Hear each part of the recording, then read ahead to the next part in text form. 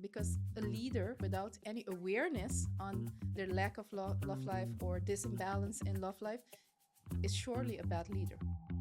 Teachers come with their own baggage. They just ingrained by their own assumptions and their own history see certain children as more intelligent than others. So you feel like most teachers put more energy into the good, quote unquote, I don't good feel students? that. It is the case. It's the research. What is one mindset shift adults need to unlearn from 15 years of sit still and absorb schooling? How to be in the learning zone permanently. Emphasis on like, oh yeah, this younger generation, every 2 to 3 years, they move on to the next best thing. But this is a generational wound. Now, loyalty could also look like in the moment that I'm here with you, I'm 100% here with you. 3, 2, 1.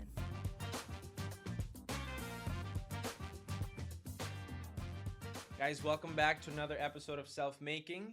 Today we're reshooting with a guest that came on the podcast 2 years ago, but the episode never aired because I didn't know I was supposed to format my SD cards. But today we're reshooting with her, and this time we have Giulia, who's going to bring a new perspective to the interview. And the main question of today is going to be, what would school look like if it helped kids thrive and not just survive? Yes. Very interesting. With a bachelor's in educational sciences, a master's in education and child studies, and a specialization in human resource development from Leiden University, we have Marisol Croes with us today. Welcome back to Thank you. our podcast. I need to add something. Tell me. I also have a degree in leadership Do you that really? I got later. Yes. Oh, nice. Okay, we'll dive deeper a little So bit. it's a quadruple threat now. A quadruple. Oh my gosh, triple is already enough, I feel like. Yes. And fun fact, I also studied at Leiden University. You did? What I did you did. study? International Relations and Organizations. Oh, cool. Yeah. Which faculty was that? Campus Den Haag. Ah, That was yeah. That came after I Later, already yeah. My finished study was in studying. Yes. English, and it was weird because like my whole Leiden studentenleven, I didn't really And you were in experience the it. Yeah. So that was a bit interesting, but when I realized that, I'm like, that's kind of cool. Yeah. Anyway, welcome back to the podcast. Thank you. I think we have a new take. I think maybe it happened for a reason for us to maybe go deeper. I wasn't there, so I'm assuming it was a great episode. The episode definitely, Kiko pa pensa, now that you heard it yesterday before today. I thought we had a great way of diving into difficult topics in a way that it was extensive yet very clear. That's what surprised me. I'm like, oh my God, we talked about so many different big topics in And on a deep education level too, no? On a deep level in 56 minutes. Yeah. 56. It Today's feels like definitely, with Giulia, it's not going to be 56 minutes. I was gonna say it feels like a record to beat. But yeah, You think we you tend can? to- 56? I don't know if I want to. I think we should just let the conversation flow, and everything that gets mentioned, I think, would be interesting to hear. Fair. Let's do it. So yeah. We're going to start with, Kiko, we're not really strangers. Mhm. I need to pick a card, right? Yes. Yeah, any pick a card. I think we're going to do 2 or 3. Mhm. Starting with 1, yeah. No, you have to read You it. read I it. have to read it? Yes. Oh, wow. Do you think I fall in love easily? Why or why not? You can take this one. Okay. Do you fall in love easily? I don't feel like you do. You seem like someone who is very self-assured and you know who you are as a person. And so my perception would be that you know what you want as well in a partner. And so to have someone like check all those boxes is probably hard to come by. So I can't imagine you falling. Pa! Badale Martiu, See? Mic drop. Very good assessment. Yeah. Very good initial assessment. But I am in love with the concept of love. Mm, But that doesn't mean falling in love with a person easily. true. Maybe because I have a very, how do you call that? Well thought out idea, like you said, of how love should be. Mm, It's even more difficult to find it. exactly. I make it way too difficult for myself. But also you said you make it difficult, but you also set a high standard Yes. that once the right person comes along, you it know, can go very quickly. and you recognize it, and that's it. You'll So, probably be married in 6 months if you find a person in the way I'm built. Yes. Yeah. No, I love that. I think that's Yeah. it. You waste no time. Nope. Waste no time. Nice. I think it's cool that you say you're in love with the concept of love. Mm. I don't think it's something many people realize, but most people are, you know? Yes. But I don't like the concept of love that we have in our modern ways through movies and where it's conditional love. I really dove into old concepts on love. Which is what, for So, example? so for instance, Rumi. You all know Rumi, The poet. the poet. No. He was in love with a man in his day and age from his culture. It was so difficult, but he wrote so much poetry about that experience. And I like to dive into old school love concepts before it was taken over in the Middle Ages by the troubadours. Oh. And they started going around, and they're the first ones that laid the foundation for our modern concept of a romantic comedy, where it Oh. is like you either fall in love at first sight, you really don't know the person. It's a lot of ups and downs before you get together. And if you realize it, we've been living in this paradigm for a very long time. But it's quite conditional, because if a person doesn't bring this to the table, then nothing will happen. Correct. So for me, being in love with the concept of love also falls into the category of looking at the deeper layers in love. So what does the person need to, it doesn't need to be a person, but what does our connection look like? It's more interesting more than spiritual. It checking feels- boxes. Yeah. Yes. So it feels more spiritual. Yes. So then how do you, in the modern dating scene, how do you go about, like if you go on first dates, how do you go about trying to find that connection? Oh wow, this is a very interesting question, because This episode's I gonna tried be about Tinder. love. I tried Tinder for a week and I got scared, so I stopped it immediately. I was on Bumble for a month and I met someone really special, but it was actually by coincidence. And after that stopped, I just kept it open and I wasn't looking for it at all. And by looking for it less, that's when it actually happens in a way that you're like, oh wow, this coincides with what I was looking for. Interesting. Yeah. So you're not you love the idea of love, and I guess in your perception it should just come to you naturally. And I live through it with my clients, because I'm also a coach, executive coach, a life coach, a relationship coach. So I live through their love stories and I really honor their love stories. And I always think to look at the place where they're struggling in it, to be like, but what is the unconditional side in the relationship you have right now? So I've been living in love for a while already, even though it wasn't my own story. Wow. So, and you being a relationship coach is new to me. No, I no, felt but like to me also, and I never had a relationship coach on the podcast. yeah, that would be So perfect. You're invited to come back as Yes. a relationship next coach. season. But I did have a rule. I didn't work with couples because I didn't have an own partner. I say that is a strange thing to do. A single lady giving her perspective. I worked with relationships between family members. Got it. And sometimes when clients come for executive coaching, they also bring their love lives, because a leader without a love life or without any awareness on their lack of love life or this imbalance in love life is surely a bad leader, because your foundation begins at home. True. Begins outside of work. So that's why I tell you, I've been working with the concept of love for a very long time. Oh my gosh, I love that. I want to have you back for this, though. Yeah. Would you be open to it? Sure. Okay. Next I- card. Next card for me. Okay. Feel it out. You can read it. I You can read it Yeah, again. What do you think I'm most likely to splurge on?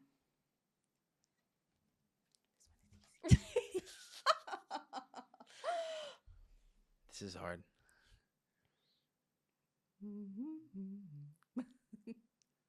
Is it? Is it books? One of the items is books, Okay. and the other one pertains to fashion. Really? Yeah. Bags? Anything. Oh, you mean Clothes, anything? Dresses. Ah. Tokyo accessories, Just shoes, the everything? whole look. Yes. Okay. The smell, the colors, the everything. What's your favorite perfume? Um, Do you have one go-to? Like your signature scent? I don't have that. You don't. I don't have that. I have like 7 different perfumes in my bathroom, and I just use one of them every day. But I think it's Mabusan that was the biggest eye-opener for me, because they're a very old French house creating perfumes. I never knew they existed. They are not expensive, but they have a very nice smell. The French do Perfume. perfumes. Amazing. Yeah, amazing. Yeah. And a lot of Arabic And they don't countries sell as it in well. Aruba. Yeah, I also have an Arabian Because they oil. mix it exactly. They mix it with Wow. oil until it just sink into your skin and stay all And day. it creates an aroma. So Mm. it isn't perfume anymore. You don't have to come close. You Mm-mm. walk in with your perfume. Mm-hmm. Yeah, I have all of those. She splurges. Yeah. Everything is expensive, head to toe, and you want the whole look, the whole ensemble to be It isn't complete. expensive. What I have is I have an outfit for every feeling. So I wake up in the morning and I walk into a very extensive closet and I'm like, what is it today? What are we feeling? What are What the are we vibes? feeling? Yeah, what's the vibe? I have it always with one piece of clothing that or accessory that I've decided I feel like wearing, and I build my entire outfit around whether it's the bag or the shoes or like the dress or whatever it might be. And I have some perfumes as well, and that goes based on like the vibe for the day. Exactly. That's how I pick Or the which scent. feeling. Yeah, It's the exactly. feeling. I like that. Not to be a party pooper, but let's talk about education. School is cool, guys. Marisol, to double check before I get into the question, no? Yes. You are a learning and development expert Yes. and a multi-degree educator and a Yes. coach. Do we add Yes. something to that from the And a past few leader years? in education. And a leader in education. So my first question is, did you always want to get into education? No, absolutely not. Funny enough, my first idea was to study law. And I came to this brilliant idea by watching Legally Blonde. That is how unaware I was about who I was at 18. I finished advanced education, finished VWO, which automatically prepares you for an academic career. But I was like, what do I do? What do I do with myself? But while I was trying out for law, I also always had in the back of my mind that I wanted to study fashion because that was my first passion. First time I actually got money, which was by winning the lottery. It's a very Really? small lottery. Cool. The first thing I bought was a sewing machine. At what But- age was this? I was 7.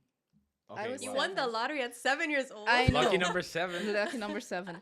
And then I went and I bought it, and that was my plaything for so many years. But I also liked reading. And my parents always called me the intelligent child. She's the intelligent one. Her brother is the artist. So they created a distinction between us where I felt that I wasn't able to just do art, and my brother felt that he wasn't intelligent. It's very interesting how that works when you label children. There's a lot of research on this in education as well. We can talk about that later. I already have a follow-up question, but Yes. keep going. Yeah. And then I went to the Netherlands, and for the first time in my life, I failed in education. I didn't understand it. I didn't find it interesting. I wasn't getting the grades I was used to. And then I said, okay, hold on. I have the abilities. I'm obviously living my opportunity, but where is my motivation? So it wasn't there. I was very grateful that the university I was at also had a center where they can test you if you're not going well in your studies. And I made use of the service. And then it came out that it's either the social area, social sciences, or something artistic. So I also went for the fashion opportunity, but the stress was so big at that moment to make the right decision because I already failed once that I ran out of my interview at the Amsterdam Fashion Institute. Literally ran away. Just So out of I stress. showed up. or- And then I'm like, oh, I can't do this because what if I get in? How will I ever tell this to people? So then I just went. But for the sorry, what do you social mean? So you were sciences. like sort of ashamed to tell people that you were into fashion and you wanted to study fashion? And Yeah. was it because of your parents telling you that you were more intelligent and less artistic? Like, did that play a role? You feel I think like? that played a big role. Hmm. It felt like coming out of the closet. And funny enough, later in life, I had to actually come out of the closet because I had a girlfriend at one period in my life. But at 19, it felt overwhelming. It really did. So then once you ran out, what did you study after that? Then is when I started the studies of child studies, was my first entrance into social sciences. Then I said, oh no, but this is too easy. Sorry, really thought that. And then I went to integrate the educational sciences, which was very easy because it was all in the same faculty. And in those years, Leiden had this concept of a la carte education, which was great Hmm. because you can actually follow all the different courses in your faculty. And that's what I did. But what is it? What's a la carte education? You It's could like pick. you really get a menu and you just pick and choose. Really, everything. Yes, you can choose anything So and everything. there's not like half So of I the subjects are did a mandatory. lot nothing? of psychology while I was studying. I also did governance sciences. I did a course on cultural anthropology. And so I went to basically all the courses that they were given in our faculty. I did one or two of their courses. And then when I was going further, I'm like, but this is not enough because the problems that children have pertain to the adult world that they're living in. So I also need to understand the adults. And that's why I majored in human resource development because then I understood how work organizations work. And in the same time frame, Leiden was starting with research on vitality, which means that they were studying all the indicators of how a well-lived life should look like as you're getting older. So I definitely jumped on that ship. And then Wow, so you went literally from like cradle to like from like childhood all the way up until all seniority. the way until seniority. And then when I finished my education at Leiden, I closed it off with a very large master project because I had to have child studies in it, educational science, and human resource development. So I did a research for a large scale research for the government of the Netherlands about how leaders of teachers influence the success rate in the classes. So it had all the connected. connections. And then that thesis got nominated as the best thesis for that year. I didn't win, but even being nominated Is was a big amazing. thing. And then I started work at the first I started at University Leiden. I was a tutor in statistics, and then that job grew into being a lecturer in statistics at the University of Applied Science in Leiden. So from finishing that, I went into statistics. So I didn't actually follow through what I had studied. And where did I land? The Faculty of Management and Business. So then I got into a different role again where I had to study everything from HRM, commercial economy, to be able to teach the classes Yeah. and strategic management. And then I said, oh, if you're already learning all of this, why don't you do a leadership degree? So, but it felt all very natural. The Very entire natural. flow of what you were learning and doing felt very. Very strange because Yeah. I also got the job offer to work at the University of Applied Sciences by just riding a train. It was a very interesting time. The recession had just hit in the US, so it was difficult to get any type of job. But I sat next to a lady in the train and she's like, what are you reading? I'm like, okay, I'm reading this book. And we just started talking. And she's like, you know what? I'm looking for a person that's good at statistics. And I was reading a book about the rock and roll of statistics. There's a book like that. And I was reading it like a nerd on a train. If I saw that on a train, I'd be like, And then she invited me for a meeting. And the next week, I was taking over for a lady that was going on pregnancy leave. And I was leading my first team. Wow. And it happened so quickly. It was my first job. So organic too. That's like a meet cute, but for it was a job. very meet cute. And the craziest thing is she left within a month. And everyone there was like, how do you leave us with such a young person? Yeah, it's But like she just okay, brought you in and then she left. brought me in and left. Her predecessor. And a month also to learn the ropes feels like a very short amount of time. No, it was less because the lady that was going on pregnancy leave, I think she left within 2 weeks. God. And I was leading a curriculum development and also dealing with the problem of in Holland. I don't know if you guys know about the In Holland affair, but there was a time in the Netherlands where they had to check the quality of all diplomas in communication because there had been some frauds. Oh my gosh. Exactly, my department was also part of this investigation. So you start at 28, and I had to check, I don't know, like 32 theses to see if they actually had the quality that was needed. Damn. Not all of them had it, but it was such a difficult time in the department. I can imagine. And you come in as an outsider in Leiden. Leiden is very white, Very Dutch. and very high end. Mm-hmm. And they literally said, "This is one of our blackest teachers." Me. Because I came from abroad and I was one of the first You teachers were exotic. from the Antillean background. Oh my god. And they always called me our teddy bear Antillian, knuffel Antilliaan. And then to come into a coordinating role, which is managerial role at the lowest level. Interesting how like there's such normalized discrimination in the Netherlands still. And they say it with a smile. Yeah. They don't, it's not in their mind. I think they see it like as a nickname and a bit of a joke, like not with really deep ill intent, but yet it's just become very normalized the way they see that. Like my boyfriend, he was telling me the other day that during his degree, just a quick side pivot, that someone in his class genuinely asked him when he said he's from Aruba whether he lives in a hut. Yeah, I had the Like, same question. genuinely. Do we ride donkeys? And do you have internet? Isn't that insane? Yes.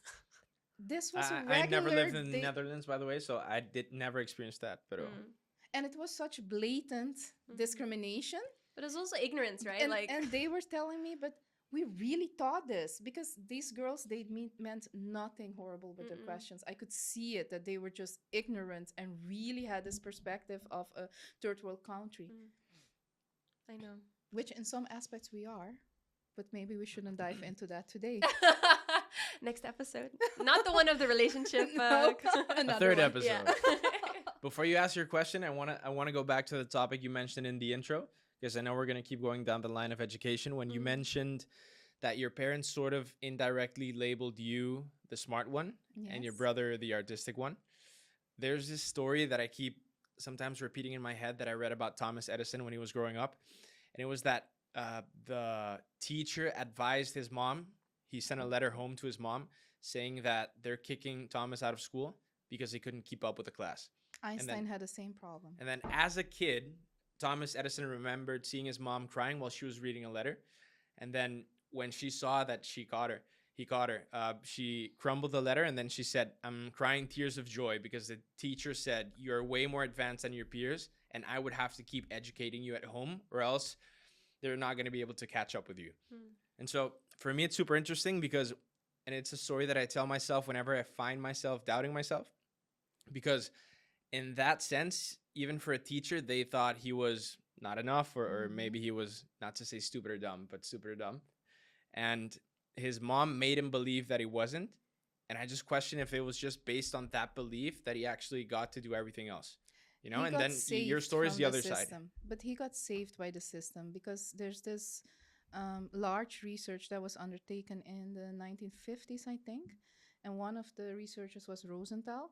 I don't remember the other person's name, but it's one of those researches that we keep on coming to day and day again, because it's still basically perpetuated every day in every classroom.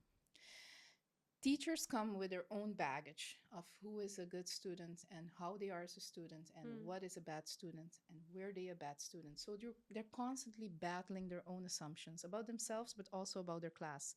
So when you have 30 children in a classroom and you have to manage that class, the first thing you do is, where should I put most attention?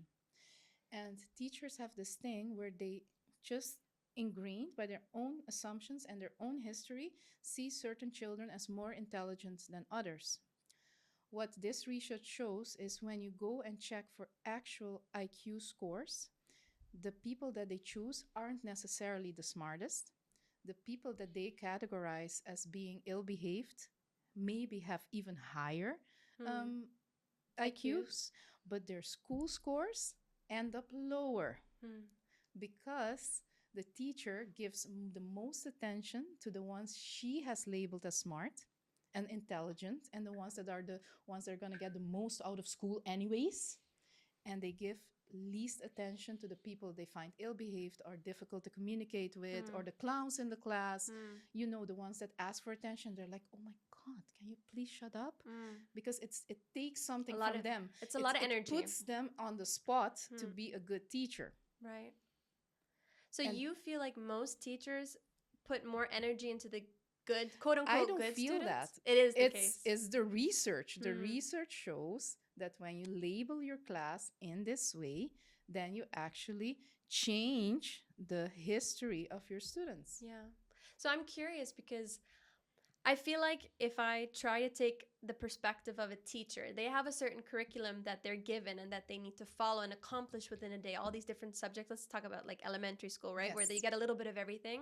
You're also managing maybe psychologically the kids, you know, if you can tell. And Definitely. I think most people, most teachers are empathic people, or else they wouldn't get into teaching and wanting to help I like like the how you future. think. Yeah. That's what I assume, right? If you want to spend like your days in a class full of kids that aren't yours, like I'm If- gonna burst a bubble. You can shout anything if you want, and then we'll repeat it for you in the mic. It's cool. By the way, In Aruba, the teachers' reasoning for becoming teachers is not necessarily because No. they want to teach. the reasoning for becoming teachers Yes. isn't necessarily because they want to teach. No, is no. it because you get a lot of paid vacation off? Is that it? Many of the Aruban teachers, Because you become an on the ambtenaar. island, they did not or could not go abroad for studying. So what Because options they do are mothers at a young age, or Exactly. yes, so they are tethered to Aruba. Hmm. So they're second chancers. Hmm. The people that have failed elsewhere or feel that they are tethered to Aruba are the ones that choose teaching. Hmm. We have very few students that choose teaching for the profession itself, because all of us have our own history with school. It's the one profession that we all already have been through. Yeah. We already got the our other side. onboarding as pupils, as Yeah. students. So none of us walked into an accountancy firm when we were young, but each one of us walked in school. Hmm. So sometimes the idea is even that they think, oh, at least I already did school, so this should be easy for me. Yeah. And it's a stable job too, right? Like It's stable. It's but really it hard to asks get- a lot of you because you're working from 7 to 3. mm-hmm.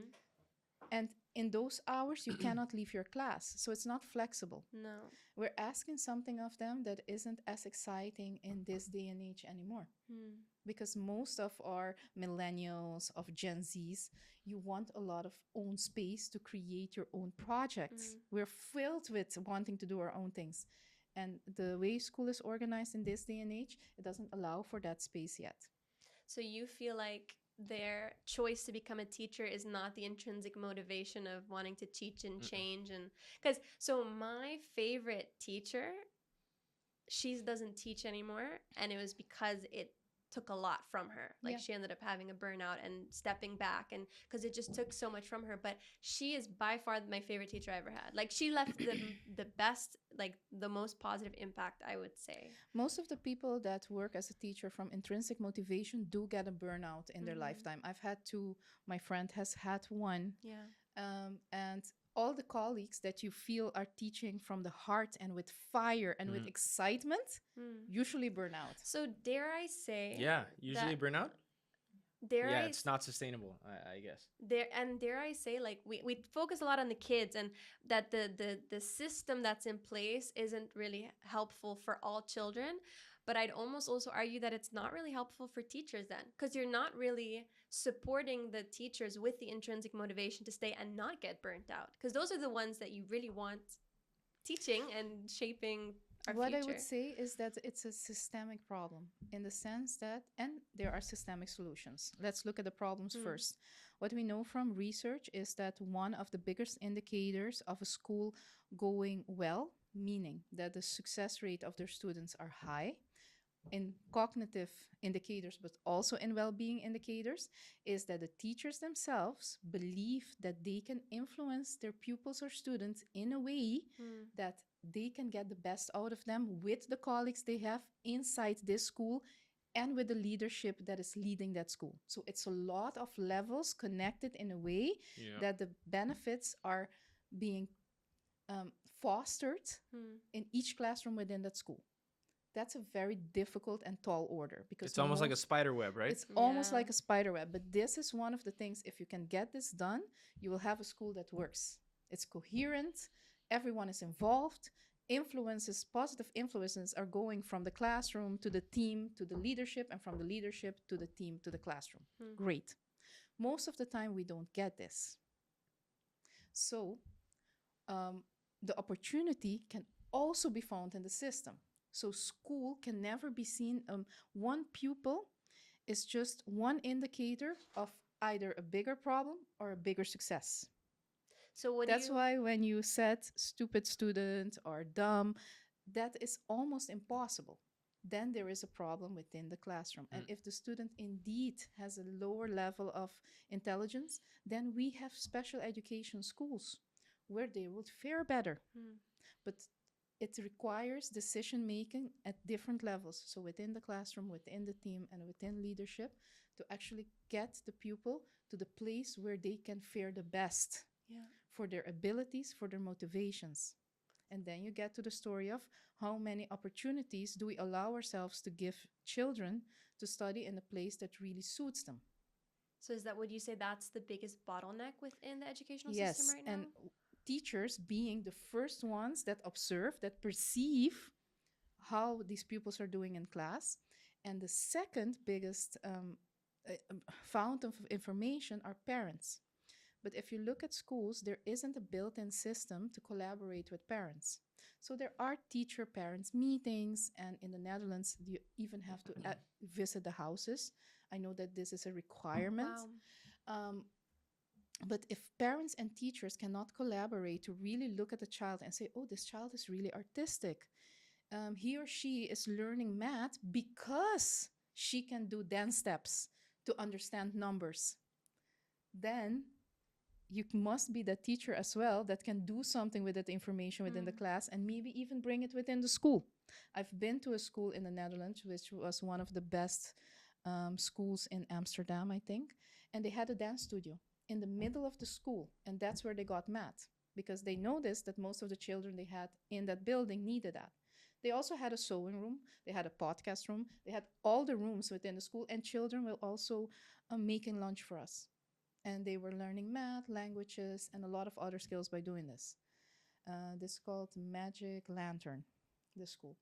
And it was a very interesting experience because there is really the school where you see teachers bringing in their own passions. Because one of the teachers was sewing at home, and she's like, okay, I'll start doing it with the children. And she brought it there, and it was very good for those children that are very sensitive and tactile. And you notice that you can walk in that school and children can wear their headphones just to be comfortable. It was okay. So it's our biggest problem, but when we get it right, it's good for the pupils, it's good for the teachers, it's good for management, it's good for everyone. So the designs for school are becoming more and more important nowadays. If you look at the schools that we have schools that were designed to have the most amount of pupils within a classroom, and this is due to it being a scientific management solution. It was designed exactly as the workforce was Industrial Revolution, right? yes, the Industrial Revolution were being put to work to create the most productivity. But learning is not always productive. Learning sometimes is just trying something out, failing, and then getting back on the horse and retrying, relearning, unlearning, creating. So, question Wow. for you: is the educational system outdated? Define educational system. So the system or the structure of school in and of itself right now. So classrooms, the way kids and students are being taught, because although primary school and university is different and at a different level, the format is pretty similar. The format is the same everywhere. The So format overall, isn't that working. format, what do you think of that format? It isn't working for us. It's working for the people that can fare in any type of circumstance. If you have the smartest kids with supportive parents and you have the opportunities are in order for them to have a lot of books at home. Do you know that just having books at home already creates more study success than a person that doesn't have that? I know. Even that. I know. I last year I did a little bit of research on emotional maturity with reading. So kids who read have higher emotional intelligence, which I would argue is the most important form of intelligence to develop, especially as a child. And it's crazy how reading plays an impact on that. And I do feel like on Aruba that's a missed opportunity, but I know books are expensive. Like to import books and to buy books. There is a library. There are ways to get books, but I never feel like it like gets prioritized. Now we need to look at generations as well. For our generations, book was the be all end all. But if you look at kids growing up nowadays, they have tablets.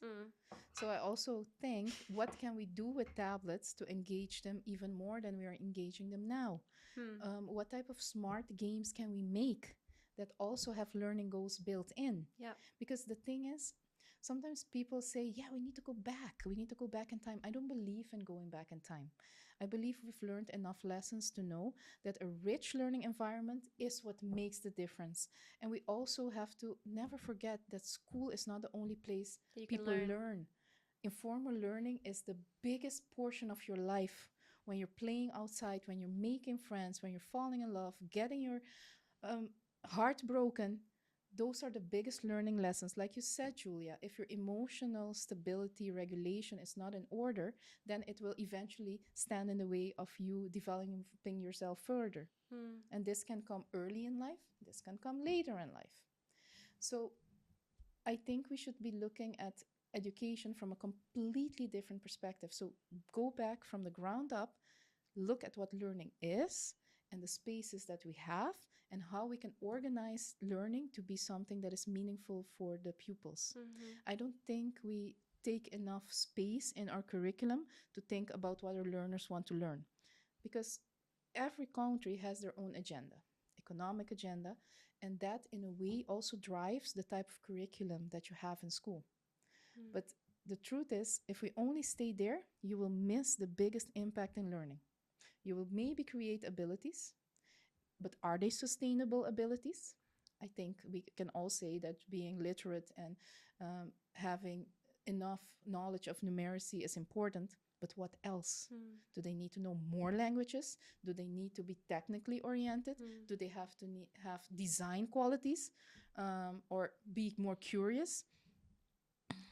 These are decisions we need to make together, but also together with the children. Yeah, I'm curious because, so like when we talk about economia and what kind of economy your country has an impact on maybe Your what kind of educational agenda system. Yeah. So like a country that has more of a Kennis economy might want to prioritize more critical thinking skills and not so much that like efficient, like old systematic way of having school. Whereas, for instance, if I look at Aruba is very service oriented. We're service industry, service oriented, hospitality. So what do you need? You need good workers that fall in line, like essentially, right? That fall in line. So there's no and motivation. Can communicate in different ways, verbal, non-verbal, but also in different languages, and in a way also can put their own needs aside for several hours a day to serve someone else. Yeah. So we are teaching servitude. Yeah. We're leave your problems at the door. You're at work, you're clocked in, and then you can go cry during your break or exactly after work. And please with a smile. Yeah, yeah. Fake it till you make it. Exactly. I was just reading. Interesting insight. I love it. It's very eye-opening, I feel like. Yes. A specific question that I have, because I know that a lot of students will watch this episode based on the title and thumbnail. One thing that everyone watching this episode probably did at least once in their life is cramming before a test. So waiting until the last moment, like the night before, try and study everything. And I feel like it's something that most students end up doing. And this shows you that there's not like a connection or interest throughout the whole subject. You just feel the pressure of the deadline for the exam, and then you cram everything. What do you think goes, or what do you know goes on in a kid's mind when they feel that learning feels pointless? I'm gonna take apart your statement piece by piece. Deconstruct it. Go ahead. Because the most important thing you said is that they have to cram. Cram is a form of procrastination. Procrastination comes from anxiety. So we are also saying that we are living in a permanent anxious society. First thing, when we live in anxiety, that is one of the biggest blocks for learning.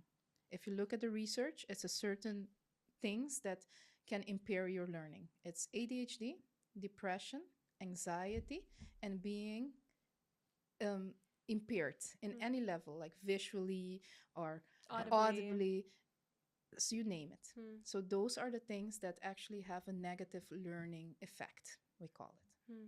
That means they actually stand in the way of your learning. Good. Let's put that aside. Then we have to look at the aspect of what was your question again? So, what's going on in a kid's mind when they? Yeah. Okay. Got it. So they are anxious. And then we ask something of them, they're not motivated to learn. So that's the second aspect.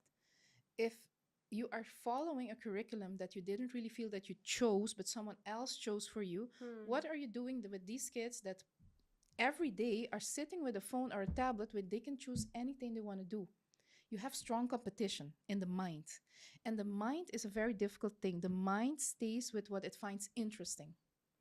So you have a base of anxiety, a base of demotivation, and then you have a teacher, so someone from the outside demanding something from you.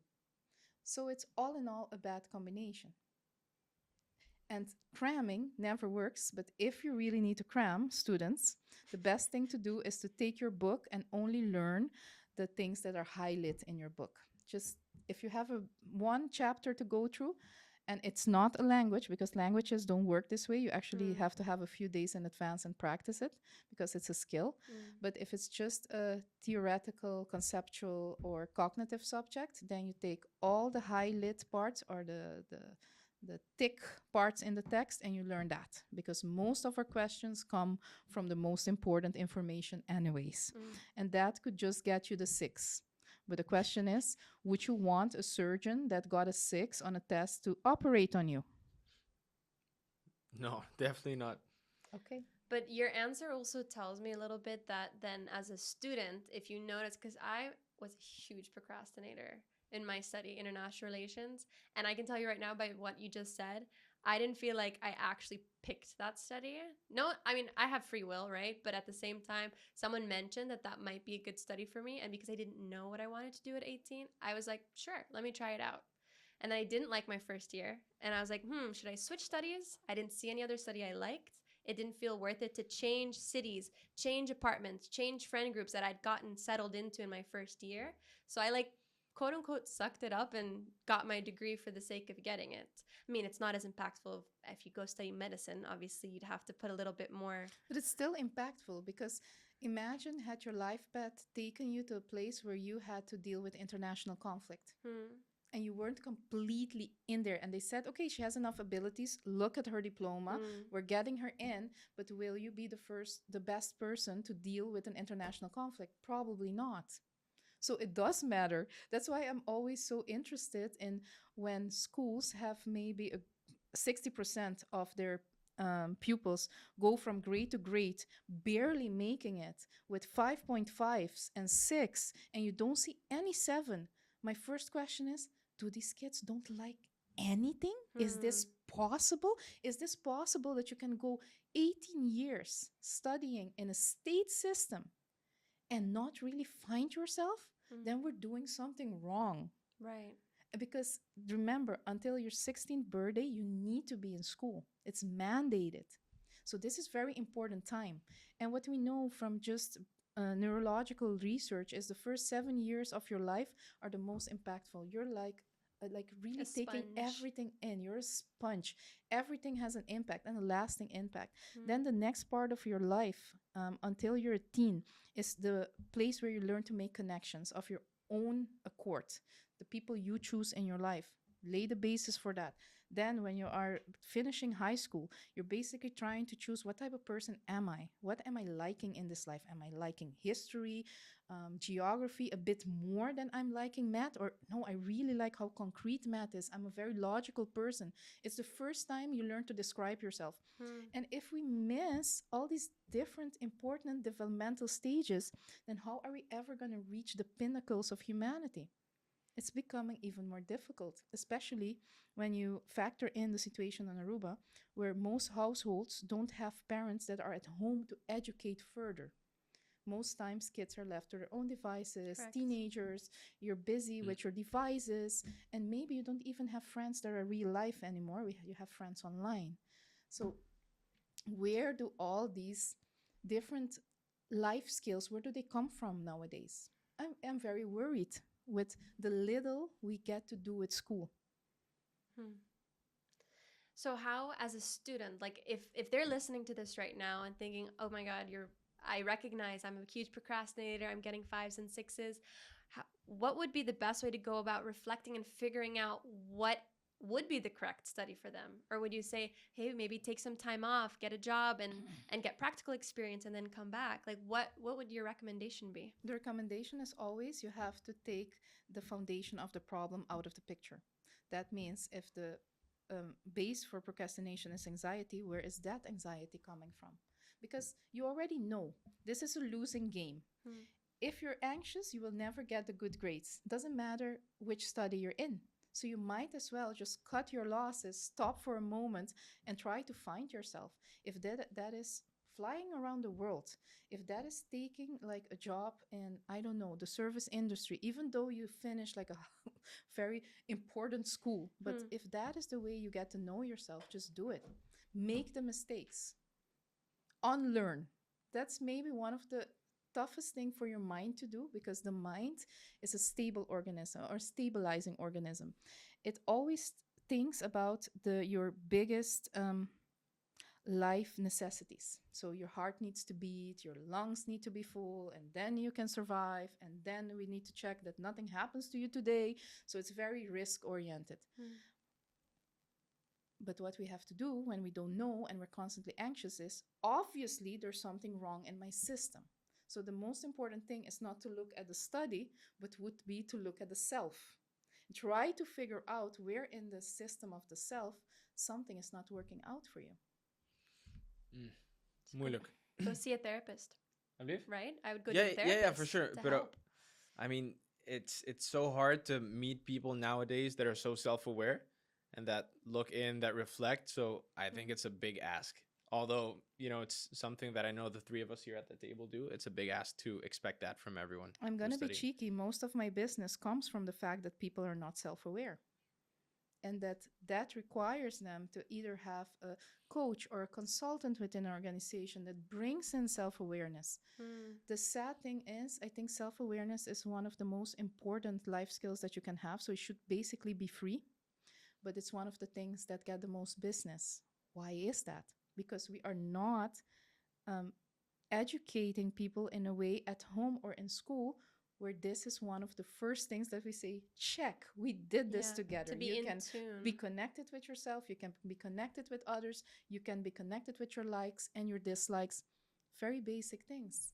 And that's why you see existential crises are becoming even more common at a younger age. You Hmm. have the quarter life crisis, you have the half life crisis, the 30s crisis, you have the All kinds of generational crises. crises. Yeah. So we are living from one crisis to the other. That comes from, I feel like, generational trauma and like what Ancestral you bring trauma, with you from through the contextual trauma. yeah, all kinds of trauma.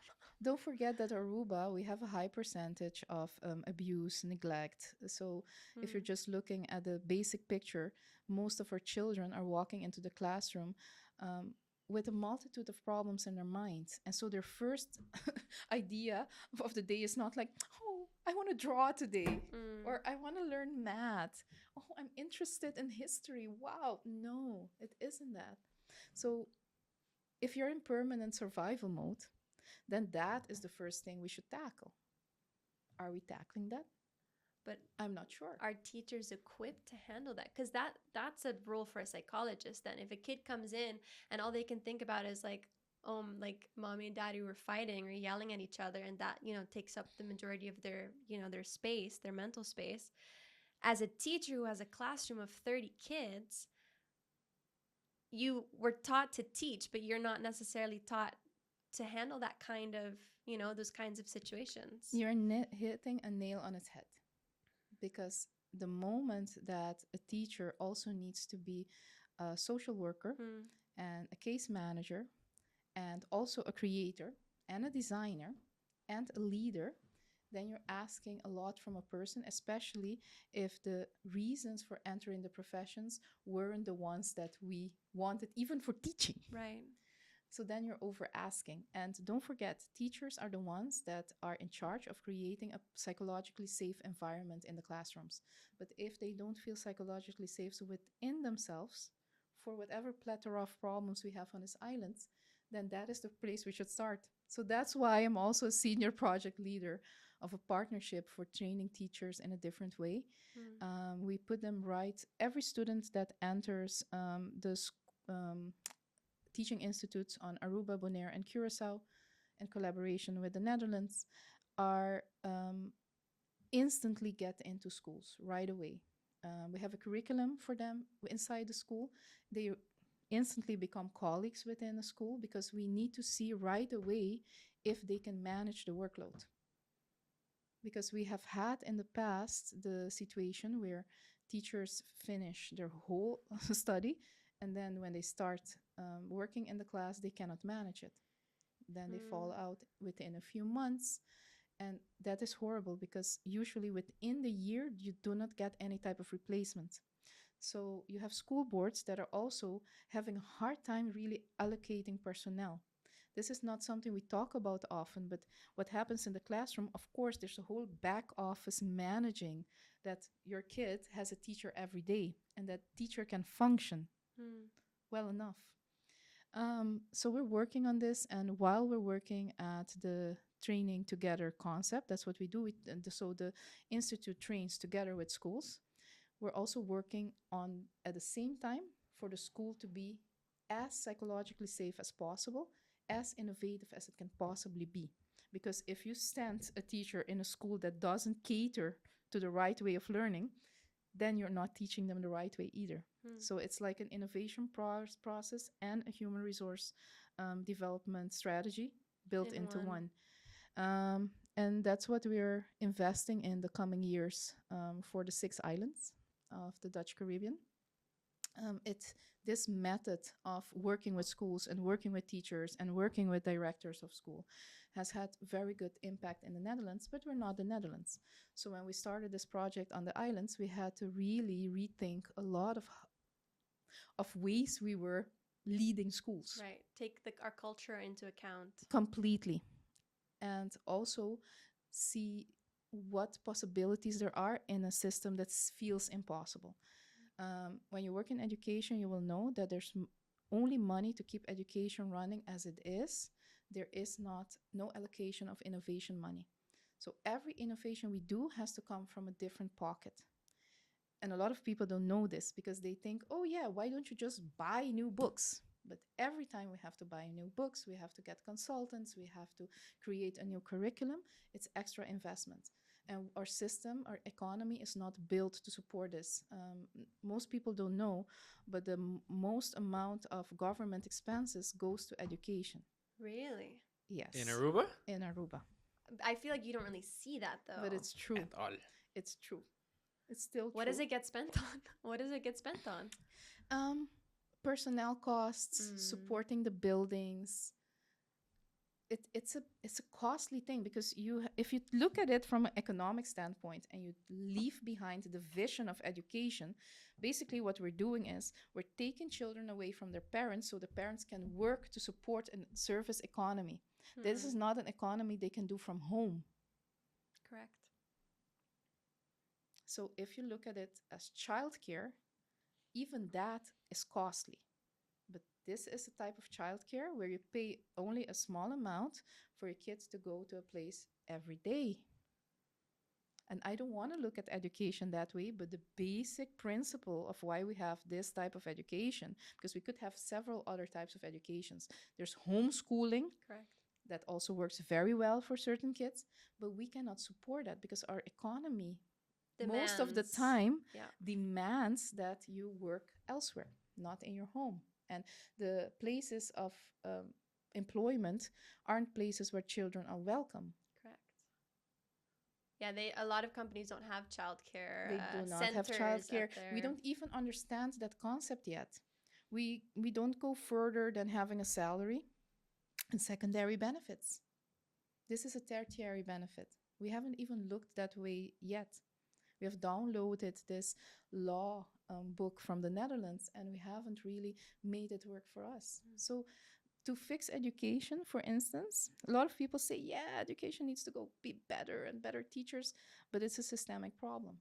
It's a Yeah. lot of things working together, sustaining this concept we have for Aruba, that not always holds into account what type of influence it has on our next generation. And I'm always worried about next generations because I'm like, this is the generation that will have to take over from me. Mm. But I'm also thinking, what am I leaving behind for them? And right now, I'm not sure if we're leaving an educational system that they would want to put their kids through. Right. Given that you said that there isn't budget allocated for schools to innovate here, or if they do want to innovate, the money has to come from elsewhere. What is one change that would make a significant difference that all schools here could apply? That it isn't dependent on a big budget. What would you say? Well, there's always what a school must know is that there are good learning hacks, and that most of the things we do in education is not making use of educational research on how people learn. One, psychology. If there's one thing you can invest in, get yourself a good social worker or a great psychologist, because your teachers will need it and the kids will need it. That's just the situation we're living in. So learn to invest in the things that you really need. Do schools have a social worker in Aruba or barely? They do, but No? it's also like, if you want a social worker at school, it needs to be someone that really understands the problems within the school. And I think we could invest more in upgrading them as well. Mm. Because this is a difficult job. You're going to get all types of kids from all types of backgrounds, and you have to be able to cater to all of them. And you have to know, when is it a learning disability? When is it a learning problem? When is it something at home? When is it a social problem? And I don't see that we always have catered enough to the diversity of problems we have on Aruba. Mm. Well, if it starts with teachers' intrinsic motivation not being all there, then the willingness to want to, in their own time, maybe do their research. And because clearly we don't have the framework to support training teachers, on the side, to do their own research and find out these types of things, like that's not going to happen either. Yes. And even if you have intrinsic motivation, it's really a draining job. Super It's a draining, yeah. very hard job. I compliment all teachers that are doing it, whether you're doing it because you really wanted to be a teacher, because there's a lot of them as well, or you're doing it because you thought this was the only option for me on the island. I do believe that waking up every day and taking care of someone else's children with best of your abilities, that is a difficult job. Yeah. It's very meaningful, but it also takes everything out of you. Because don't forget, the teacher also gets, imagine if in a household there's a loss in the family, or there's an announcement of someone having cancer. Where's the place where children come with this news? Always in the classroom. So you never know what's going to happen in your classroom, because it's actually just like an Aquarius of all the things that are happening in society. That's what it comes to you. Yeah, in a bubble. In a bubble. Let's switch to coaching. Sure. Murado. Since you also coach adults, right? I coach adults, yes. Okay. Our next question is, since you work with companies and help employees grow, what is one mindset shift adults need to unlearn from 15 years of sit still and absorb schooling? How to be in the learning zone permanently. So even at their current age? Yes, because the mind never stops learning. That's the thing. We think that the mind learns when it's in school, but the mind is also learning at work. But we have seen that when a work context is not psychologically safe, learning stops. The same as it stops with children. But adults have this different thing, that they can self-start their learning. So adults, more than anyone else, need to know how to learn to learn. And we don't teach that enough in our society. We make learning something that needs to be organized for it to happen. There's not enough reflection. There's not enough going to a colleague and just talking about the problem you had, or sharing a mistake and being like, how could this have happened? There isn't that space for adults sometimes with their employer or sometimes within themselves, because they think, I have all these degrees, I should be good enough. But what is good enough? Good enough means you've stopped learning. So I think one of the biggest paradigm shifts we can do within employment organizations is just to say, we don't know everything yet.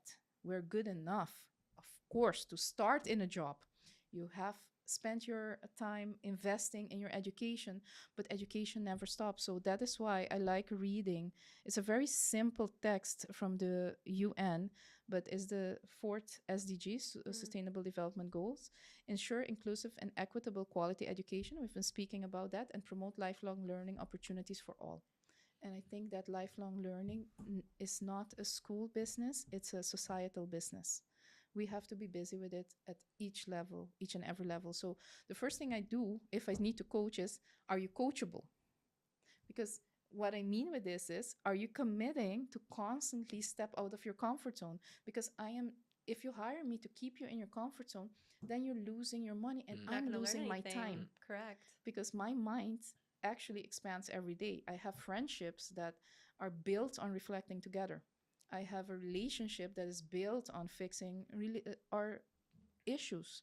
So I myself, as a leader, if you're working with me, that's a funny thing. You will never stay the same because I will push you to learn. So people that work with me in my several projects and as a project leader know that when we start together, it's going to be this bumpy ride. Because if there's a mistake being made, I will actually put it on the table and we're all going to look at it with kindness, of course, because this is not about getting Right. anyone out of their job. This is about learning together. But learning together might be the most difficult thing when you're an adult, because you have this built-in personality now that you're trying to protect. It's the ego, not wanting to make mistakes and be seen as a failure and be questioned in their position. A lot Because of we're not psychologically safe with each other. Do you feel, because you just said you question whether someone is coachable? I feel like everyone is coachable, and I'm sure you maybe feel the same way. But do you then, if you realize that someone is not willing to step outside of their comfort zone, it's probably not within your, I stopped the coaching you trajectory. stop it. Because I'm curious if you recommend to them, this is a possibility, but you really have to deep dive a little bit more into why you're not willing to step outside of your comfort zone and then come back to me. Yes. Is that something you advise? Maybe I'm a difficult coach in that sense, because in our intake I already talk about commitment. Because it takes being a coach from my perspective, because I already have a full-time job practically, so I always do it around my job and say, I want to commit to you. We have a great intake, we have good goals together. Are you really in for this ride? Because it's going to require you to step out of your comfort zone. They say yes. Sometimes they realize further on what that yes meant. They didn't read the fine prints, or I didn't explain them in a way that really sank in. And most of the times, what you do have is, sometimes we adjust through the course of the process. And sometimes it's just, this is not the right time because I'm very busy with this at work. Even though I try to coach as realistic as possible, because I don't think a coach needs to change a person. A coach needs to just be a safe container for a person to rethink their whole position within themselves, their life, their relationship, leadership role, whatever is the matter at hand. What I think is, especially if you look at adults, a moment ago you mentioned that amongst other things, ADHD, stress, anxiety, I don't know, especially if people are under financial stress, you're not able to learn quite as well, or you're inhibited. And as an adult, you either have stress at work, because a lot of places don't have healthy work environments. You might be under stress financially. You might have troubles at home.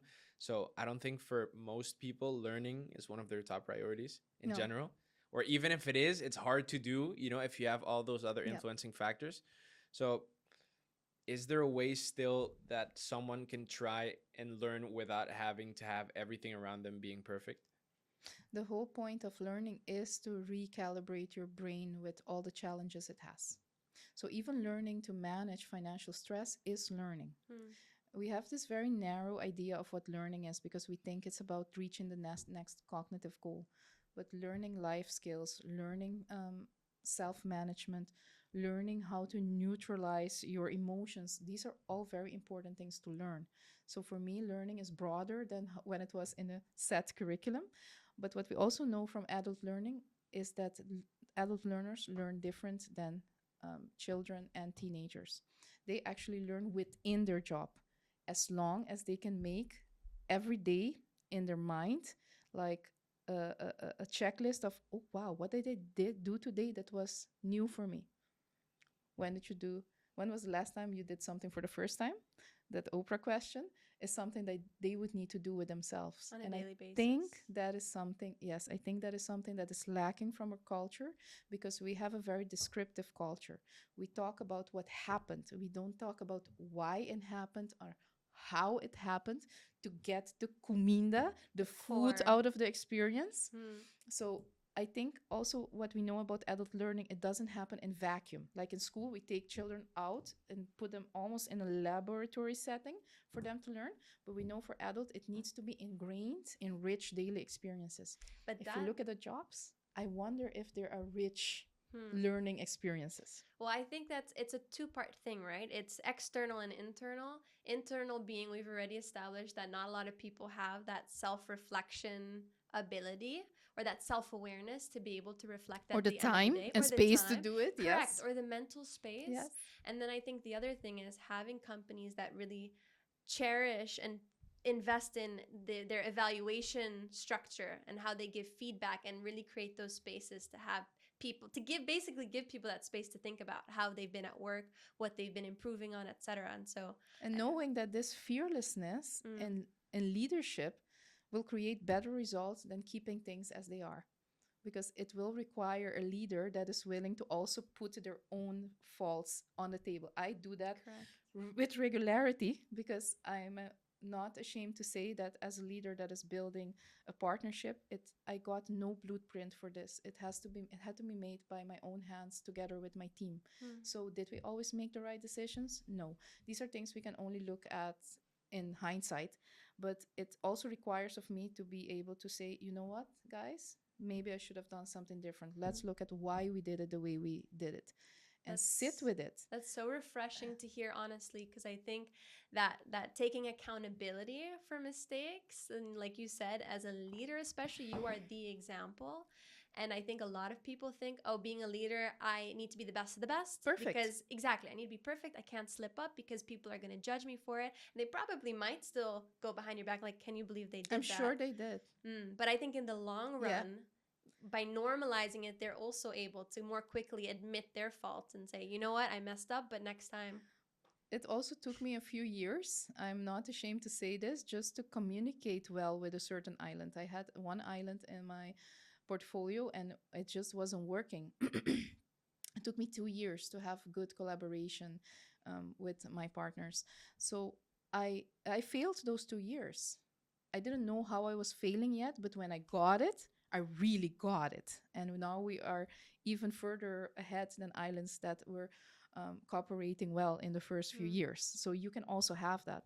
But I think one of the things we're not good at is sitting with the feeling of it's not working, of unlearning. Mm. Because unlearning literally for your mind means I, the ego, having had all this knowledge, experience, abilities, and all this motivation, am still not making it. So every type of condition that you had set to be a success is not working. And that means really stepping outside of who you are in this moment and searching for a different way to be. So I can say this is not something I could have learned from reading a book. I had to become a different person. And that is one of the biggest leadership challenges you will ever encounter. Are you daring enough and willing enough to let go of everything that has kept you comfortable all these years to step into a new personality? And that's a choice no one else can make for you. And if you as a leader do that, I see in my team, for instance, that I'm constantly, literally having to say goodbye to people. Because we work in this way, they will find another challenge. They will want to develop broader. So My teams are not teams that stay 10 years, because people that are in development, that's when you know a team is working according to these principles and they are fearless and psychologically safe. That in a few months, someone will come again and be like, Marisol, I have found my next thing. And I'll be like, great. So I'll have to look for another great person like you I and love give that. them the Honestly. opportunity to learn. And that means a lot of goodbyes in our team. But this feeling of the time you were there was a meaningful time, not because you were there, but because you dared to show everything. Wow, like honestly, that's such a mind-blowing connection for me, because if I'm gonna be honest, like I feel like what I've noticed in my work environment is a lot of emphasis on loyalty, and emphasis on like, oh yeah, this younger generation, every 2 to 3 years they move on to the next best thing. Like they're not loyal to the company and they're not loyal to the people. And you sit with that, at least I've sat with that guilt feeling, because there's nothing wrong with the people that I work with, but at a certain point you couldn't come to the realization where you think, maybe I've learned everything I need to learn, you know, this isn't for me, I'm allowed to move on. And you, it doesn't necessarily mean you're burning that bridge just because you want to continue to like grow. So I've noticed that about Aruba a little bit, where you get made to feel guilty about, you know. But this is a generational wound, because there were some generations where loyalty was the only thing they could give, instead of motivation, instead of ability. At least I show up every day. This is a boomer mentality, for instance. But now, loyalty could also look like, if you look at all the generations, in the moment that I'm here with you, I'm 100% here with you. If I make a mistake, I'm willing to research, is it something in our processes? Is it something in me? Is it something in our team? And leave you better than I found you.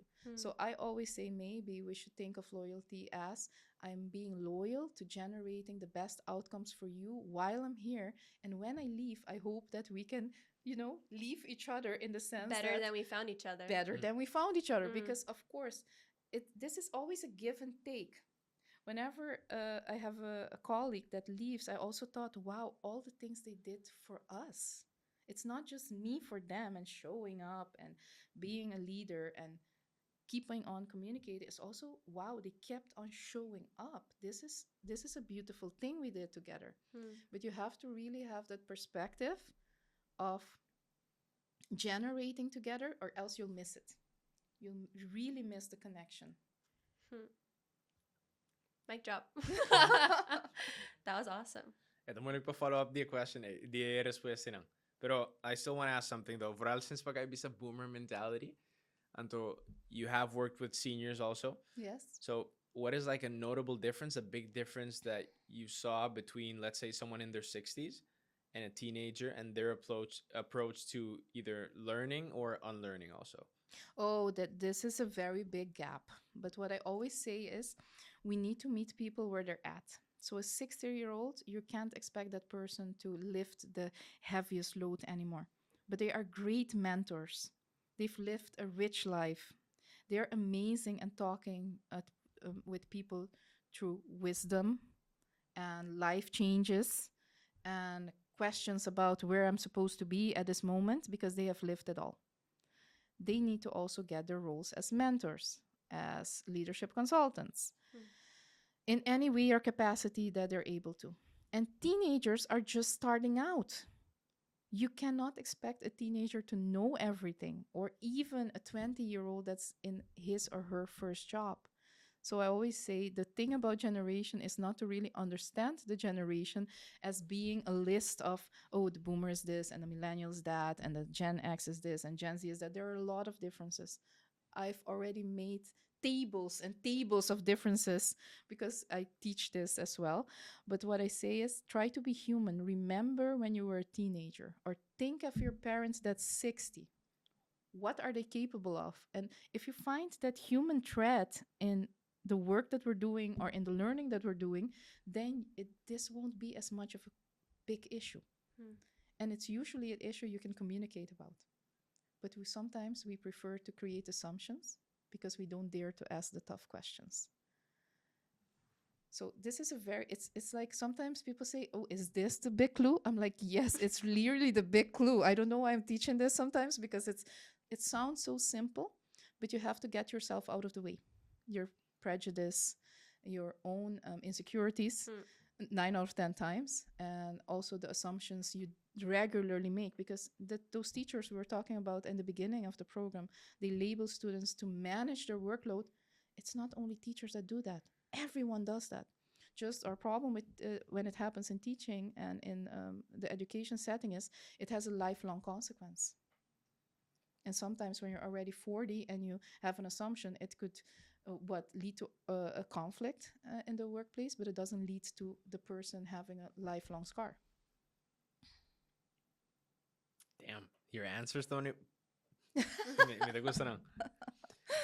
Would you like to move on to the rapid question segment? We can. I mean, any direction we've gone in so far, I've thoroughly See, enjoyed. pleasantly so surprised, no?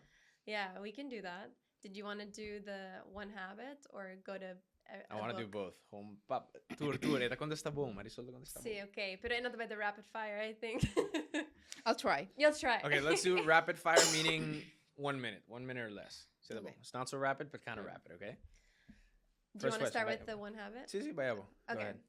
What's one habit that instantly helps study sessions stick? Writing it in your own words.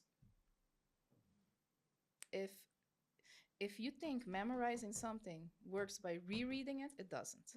It's best to just take the like a paragraph, read it, and write it in your own words as short as you can and really in your own language, and that it sticks in your mind. That is the one. I've also similarly, like, I won't go. I know it's rapid fire. No. Mi mesa baby sabes, I want to hijack the rapid fire. I read as well, or I heard that the best way to learn is having someone like ask you and then you retelling it in the way that you know. So it seems very... It's basically what the teacher does, as pupil will need to do by themselves as well. If you can take the role of the teacher, then you're halfway in. So how do I explain this to another person? How do I write it down? How do I explain it? How do I ask questions about it? If you can make the material active, then you're halfway through the material. And you won't have to reread it. You'll just have to reread what you did with it. Become your own teacher. Yeah. Fun fact, ora mitad by colegio, the way I used to study before an exam is I go through the whole material once. So let's say it's 5 chapters. I used to go through the whole material just once, explaining it to my grandma in Papiamento. So I just read and translate in Papiamento in like simple terms so she can get it. And once I go through it once, You're done. Yeah, I was there. Of course you're done. Yeah, that's Because what I used to you do. took the She was my study buddy. That's so cute. You Mi did abuela it sabe, amazingly. tú eres staff de colegio, así, ¿no? Yeah. She knows it by now. Okay, next question. What is a weekly question parents should ask their kids? Maybe daily would be better. A daily question parents should ask their kids. What did you learn today? What did you feel today? What surprised you today? What are you curious about for tomorrow? Boom. Sorry. Questionnaire. Yeah, Yes. rapid fire. I love that. What's one simple tweak that can turn a workplace training into a real learning? Starting it up by letting people really land in who they are in the training, why they came. If they can figure out in the beginning why they're sitting there, you will have them for the rest of the training. But if it's an obligatory training, which a lot of times... Doesn't matter. Okay. Find the hook that is there for everyone. And so you can never go over your icebreaker. Your icebreaker needs to be so strategic and so human-oriented that after that, they're all like eager to get it going because they found some type of motivation inside. Whether it's extrinsic, like, oh my God, this is a good one, I'm gonna get rich. Or it is intrinsic. Wow, I really feel that this is nice material for my job to get better tomorrow.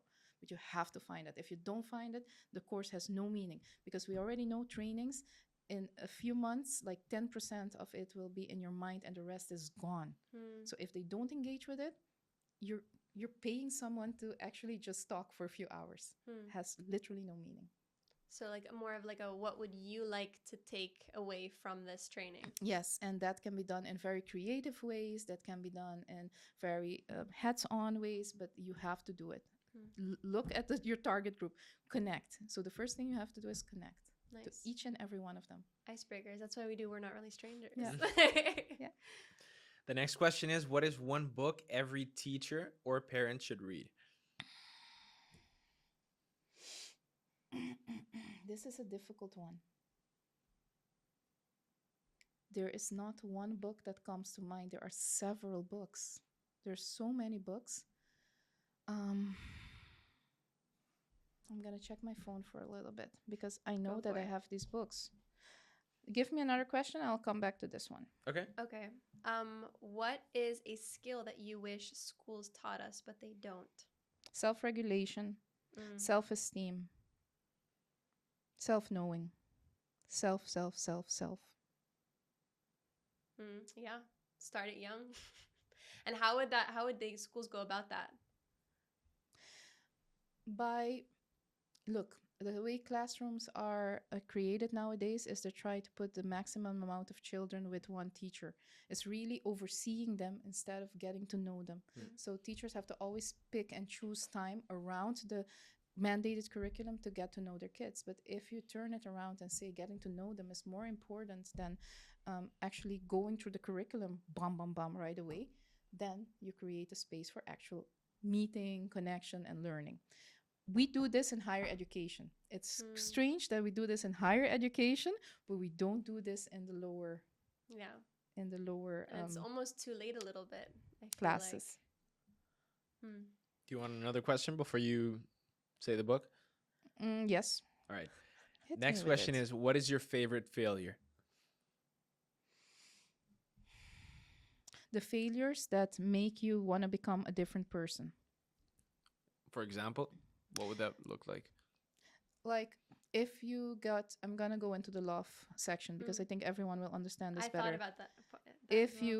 If your heart gets broken because of something that you did yourself, for instance, not setting enough boundaries or not being clear enough, your heart being broken will be the thing that will make you the person that will take better care of your boundaries, that will force you to communicate better.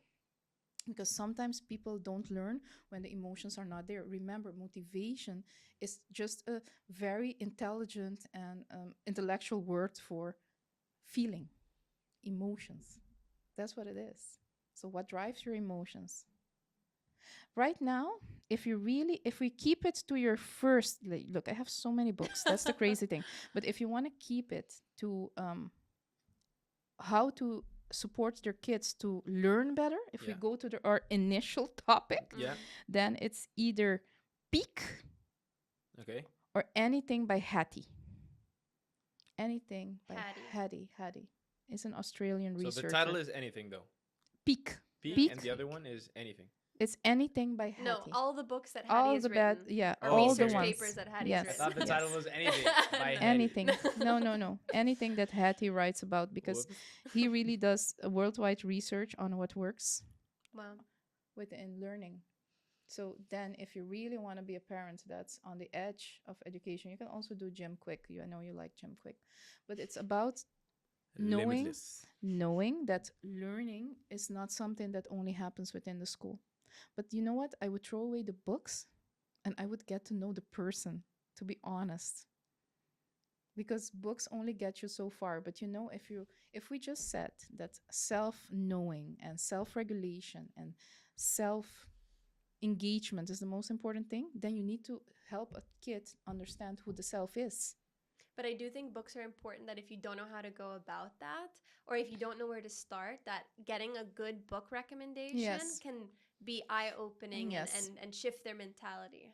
I do believe in that. I do think that could still be like a tool, but I totally agree. Like at the end of the day, you're still going to have to try and connect with these people in front of you and the students that you have, and not just theoretical and take it out of a book. I almost want to say that by listening to you, I'm rethinking sometimes, does it have to be all targeted towards the pupil or the student? Or if I get to know myself enough, if I get to regulate myself enough, then I actually have something to offer to the other person.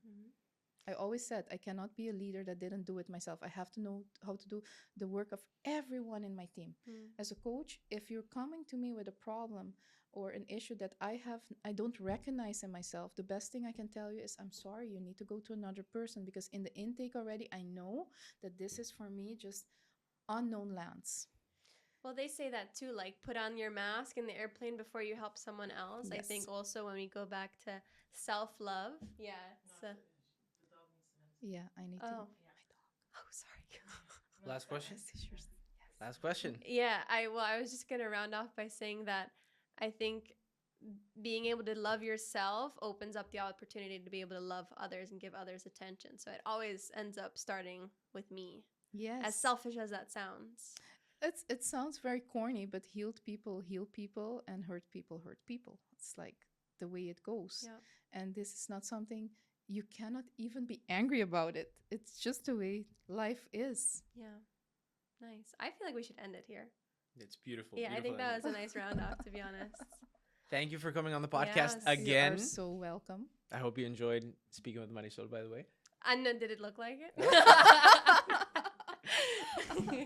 No, I thought it was extremely enlightening, and I think I mentioned the word itself. It's a very refreshing perspective to hear, and it makes, because I always say one of my core values is curiosity and being curious, but what does that really mean and where does that come from? And so I think this idea of pursuing lifelong learning is so pivotal, and just the way that you You look at get everything. to stay curious your whole life. Yeah. Who doesn't want that? Can you imagine if it's your last day on earth and you still get to learn something new right before you die? Can you imagine the high of Yeah. your life? Makes every day worth living. Yes, exactly. Okay, don't stop believing. I feel like we need a song.